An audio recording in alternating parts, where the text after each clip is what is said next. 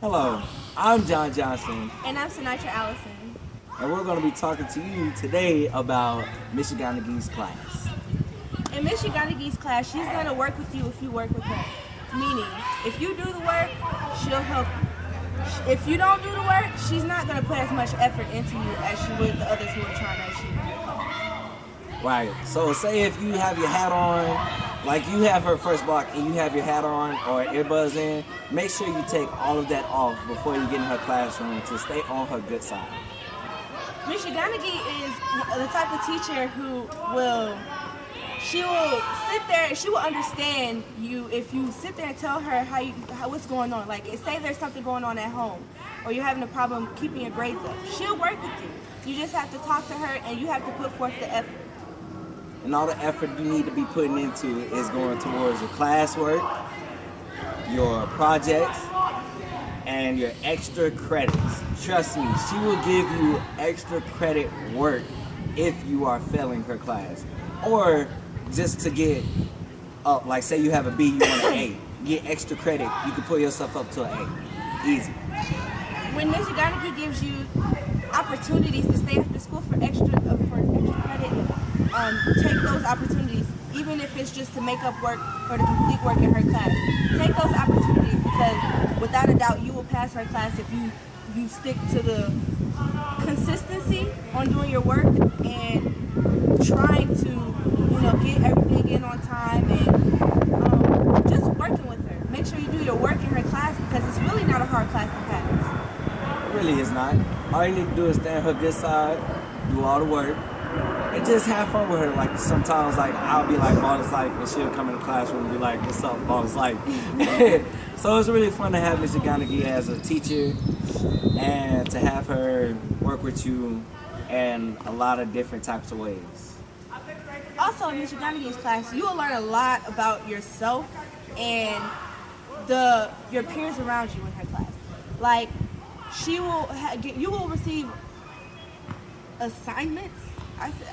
Assignments? You'll receive assignments that will help you realize how it is in the real world, and like there's a little history in her class also. You'll learn about stuff in the past, you'll learn about stuff in the future, and you'll learn about the stuff now. It's just, I don't know. You just gotta stay on focus. You just gotta stay focused. And also, don't forget you're gonna have vocab quiz.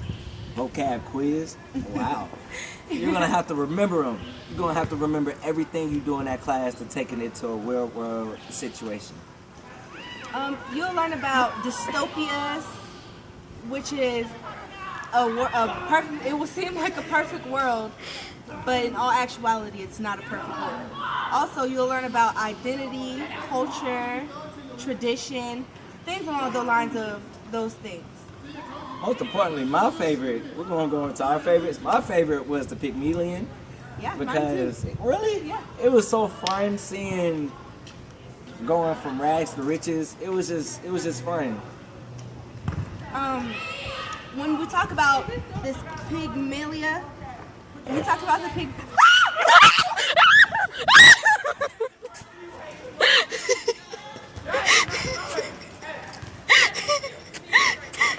Okay, that's a blooper. I'm scared. A bird flew right there. We're going to go back to our discussion of Pygmalion. Pygmalion. When we talked about Pygmalion, we watched a clip called, what was it? It had to do with something. Well, in the clip that we watched, it talked about coming from the rags to riches, meaning you literally came from nothing. Started at the bottom. Like Drake said, started from the bottom, now we're here. So you literally came from nothing and worked your way up to succeed to become just someone, right? Right, just someone. You started from no one to being someone, rags to riches. And also, we're going to learn about in Pygmalion is don't judge a book by its cover. Yeah. Because we know here in Pebblebrook, there's going to be people that judge a book by its cover. Like, say I judge you by the way you look, but I don't know your personality or try to get to know you. Right. Judging a book by its cover doesn't necessarily mean looks. Like, it could be you hear something about someone, but you don't know this someone.